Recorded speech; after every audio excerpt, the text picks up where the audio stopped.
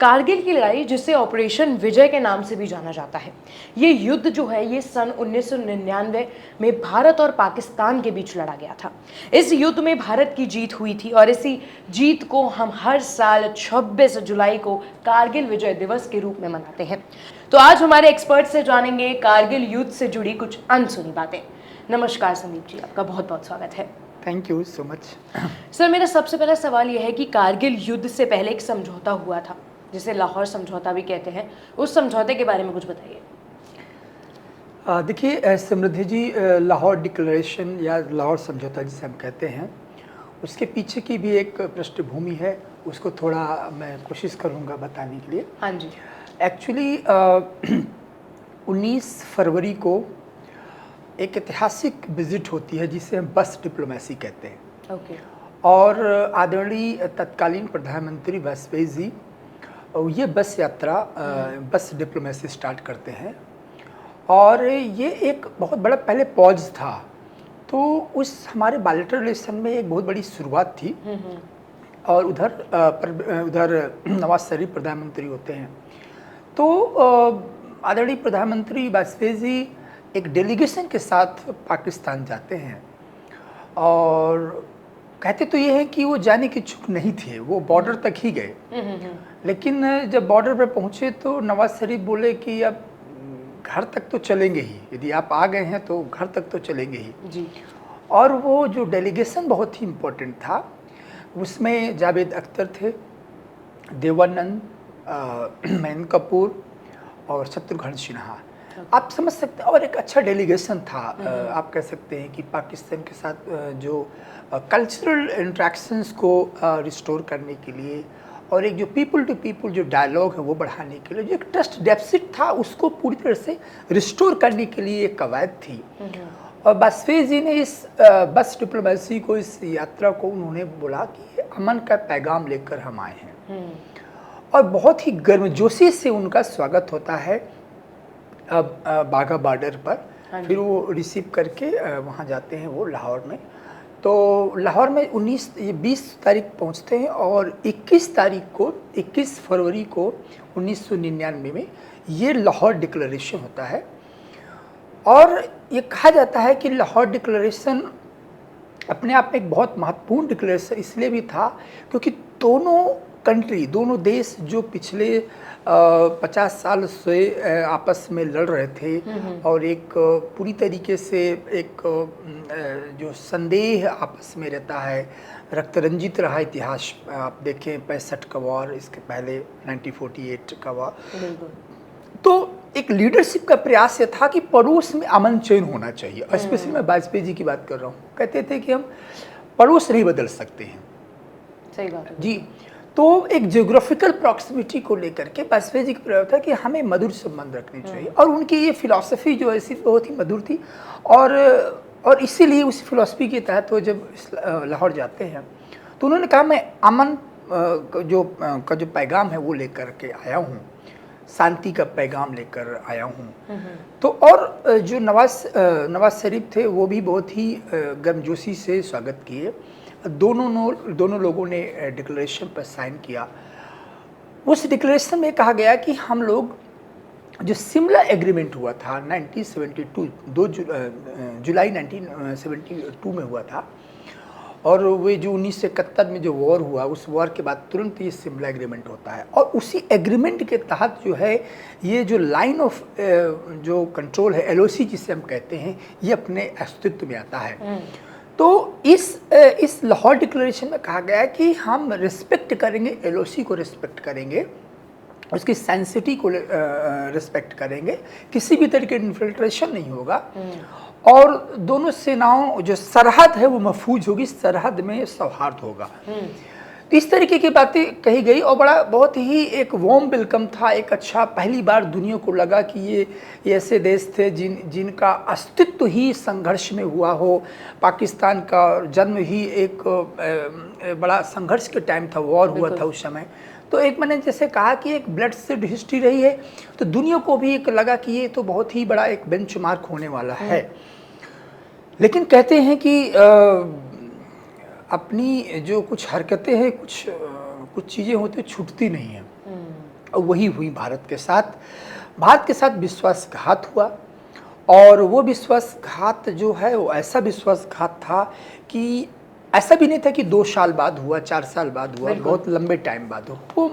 वो एक तरफ तो अमन का पैगाम चल रहा था, एक तरफ हम LOC के बारे में सरहद पर शांति और भाईचारा की बात कर रहे थे, और दूसरी उसी सरहद पर परवेज़ मुशर्रफ जो तत्कालीन वहाँ के जो चीफ थे आर्मी के, वो ट्रेनिंग दे रहे थे कारगिल वॉर की, और कि कैसे हम इस वॉर को स्टार्ट करें, कैसे इन्फिल्ट्रेट करें और कैसे LOC को क्रॉस करें। मेरा अगला सवाल यही है आपसे कि कारगिल वॉर ने कैसे ये समझौते को ख़त्म कर दिया? जी, समृद्धि जी, उसी पर मैं आ रहा था कि फाइनली क्या हुआ कि जब मैंने कहा कि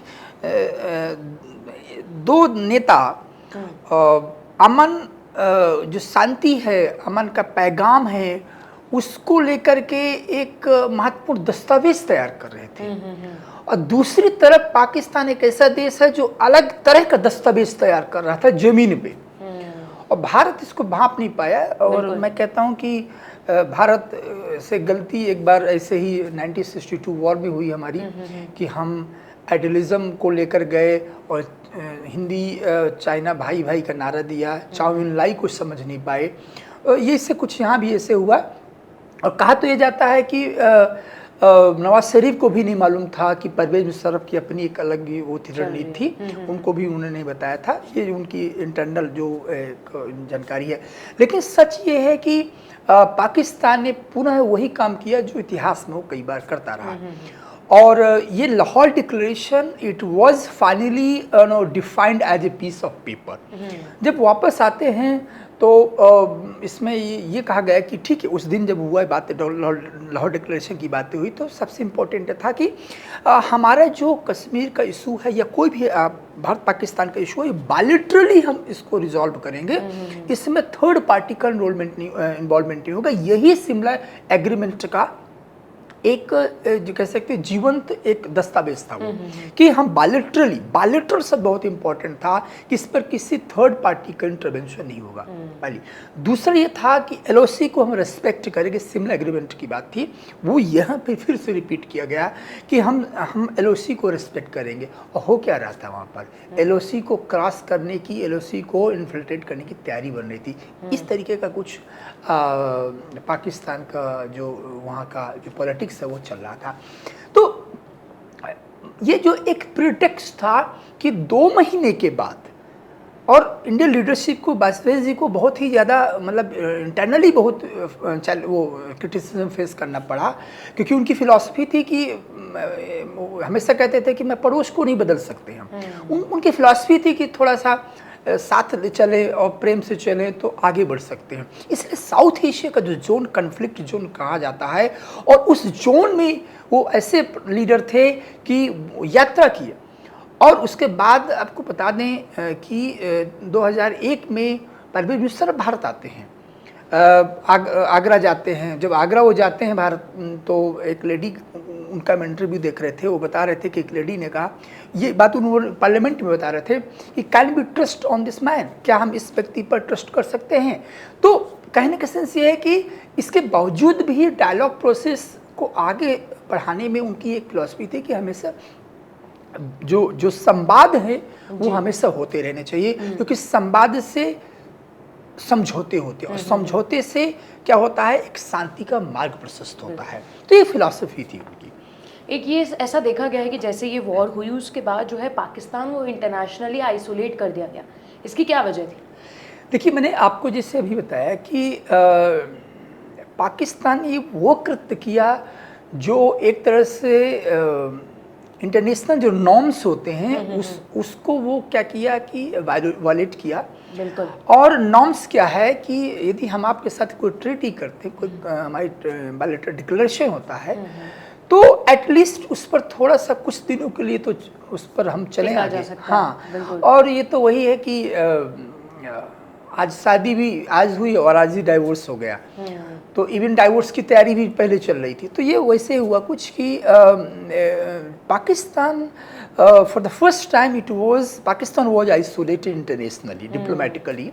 और मैं इसका बहुत दिलचस्प कहानी बताऊंगा कि ये खुद उसके एलाई जो कुछ कंट्री थे, मिडिल ईस्ट के कुछ कंट्री थे, वो भी बहुत ही अनकम्फर्ट थे इस डिसीजन के कि एक तरफ तो अभी हम साउथ एशिया में अमन चैन का एक इकोसिस्टम देखने जा रहे थे, और दूसरी तरफ तो ये क्या हुआ, सडनली ओवरनाइट क्या हो गया।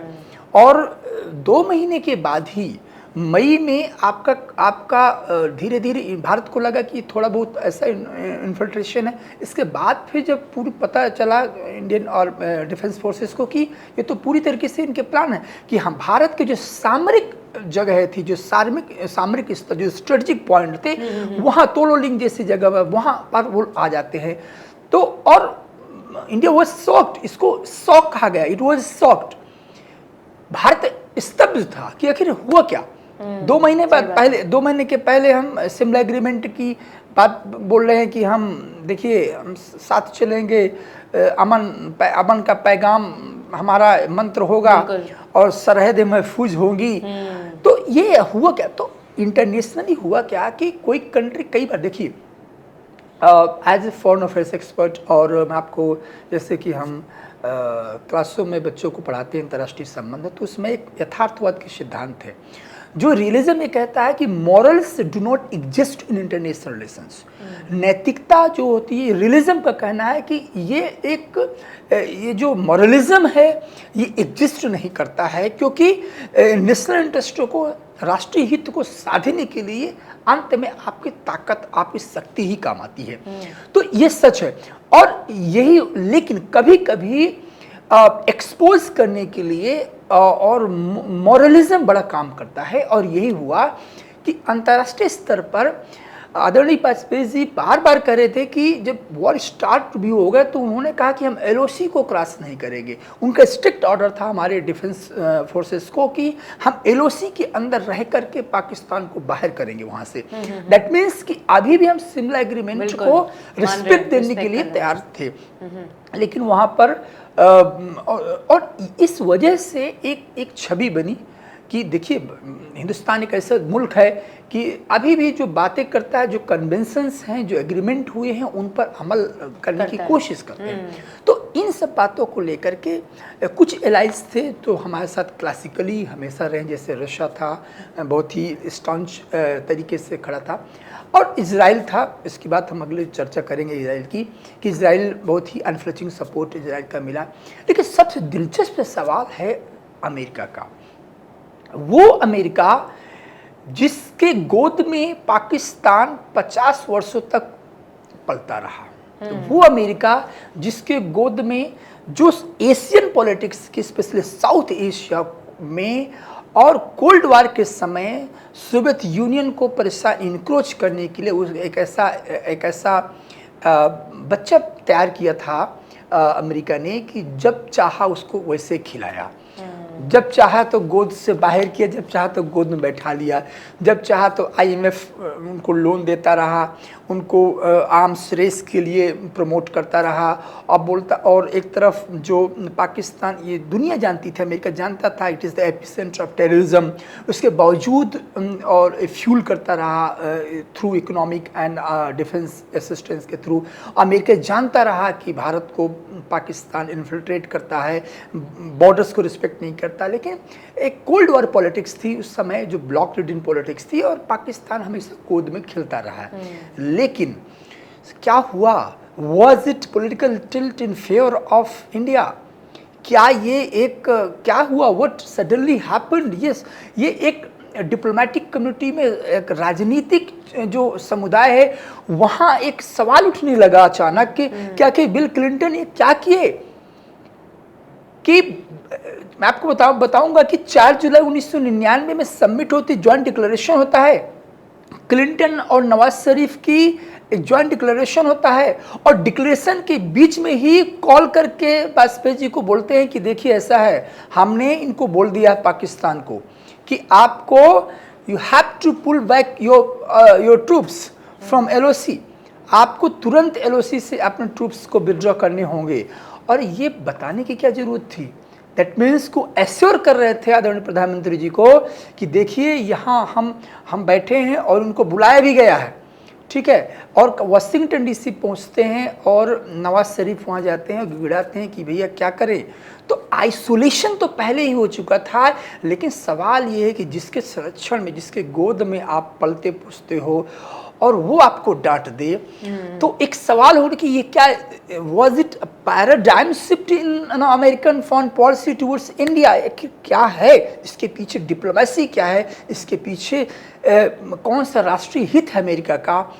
कुछ लोगों ने कहा कि ये बिल क्लिंटन का एक पर्सनल अप्रोच है, कुछ लोगों ने कहा है कि ये एडमिनिस्ट्रेशन का अप्रोच है। बिल्कुल, इस तरीके की बहुत सी व्याख्याएं होती रहीं, लेकिन असली सवाल तो ये था कि बिल क्लिंटन ने वो पॉज को ऑन किया जो पिछले 20 साल से किसी भी अमेरिका राष्ट्रपति भारत तक नहीं आए थे। और आपको बता दूं, मार्च 2000 में, मार्च 2000 में बिल क्लिंटन की यात्रा होती है भारत में, और वो यात्रा 5 दिनों की होती है। वो जयपुर जाते हैं, वहाँ महिलाओं से मिलते हैं, कुछ ग्रामीण महिलाओं से उन्होंने मिला, बहुत ही गर्मजोशी से भारत वो एंट्री करते हैं और 5 घंटे के लिए इस्लामाबाद जाते हैं। न्यू दिल्ली 5 दिन रहते हैं, 5 घंटे इस्लामाबाद जाते हैं। कुछ लोगों ने कहा कि ये साधने का प्रयास है, लेकिन साधा तो उसको जाता है जिसके पास शक्ति होती है, साधा उसको नहीं जाता जो आपके गोद में पलता है। फिलहाल बहुत कुछ समय के लिए बिल क्लिंटन 5 घंटे के लिए इस्लामाबाद जाते हैं और फिर वहाँ से वो निकलते हैं। तो कहने का सेंस यहाँ पर ये हुआ कि इस समय अमेरिका के रोल को लेकर के बड़ी चर्चा हुई कि कारगिल वॉर में, लेकिन हमें यह भी समझना होगा कि ये वही अमेरिका है जब वॉर चल, एक दूसरा इसका पक्ष और भी है जिस पर मुझे लगता है चर्चा कम हुई, लेकिन ये मेरा पर्सनल एनालिसिस है कि वॉर के समय भारत ने अमेरिका से मदद मांगी कि हमें जीपीएस सिस्टम दे दीजिए, हमें लोकेट करना, हमारी एयर फोर्सेस जो है, हमारी हेलीकॉप्टर्स जो है, फाइटर जेट्स जो है, वो जो लोकेट नहीं कर पा रहे बंकर्स को, जो स्ट्रेटेजिक लोकेशंस पर जो पाकिस्तानी बंकर बन गए थे, तो हमें आपका सहयोग चाहिए। अमेरिका ने ना कर दिया, और इसी ना करने पर ही जो है भारत ने जीपीएस सिस्टम बनाना वहाँ से शुरू किया अपना, और इसी ना करने पर ही इजराइल सामने आता है। मेरा अगला सवाल यही है कि जो इजराइल है और अमेरिका की जो पूरी भूमिका है वो क्या रही है युद्ध में? अमेरिका की भूमिका तो मैंने अभी बता दिया आपको कि अमेरिका की भूमिका तो बहुत ही एक क्लियर एंड क्रिस्टल रही, ठीक, क्लियर रही। और फर्स्ट टाइम हिस्ट्री में इतना बोल्ड डिसीजन लिया गया, पाकिस्तान को प्रेशर किया गया कि आप पुल बैक कीजिए अपने ट्रूप्स को।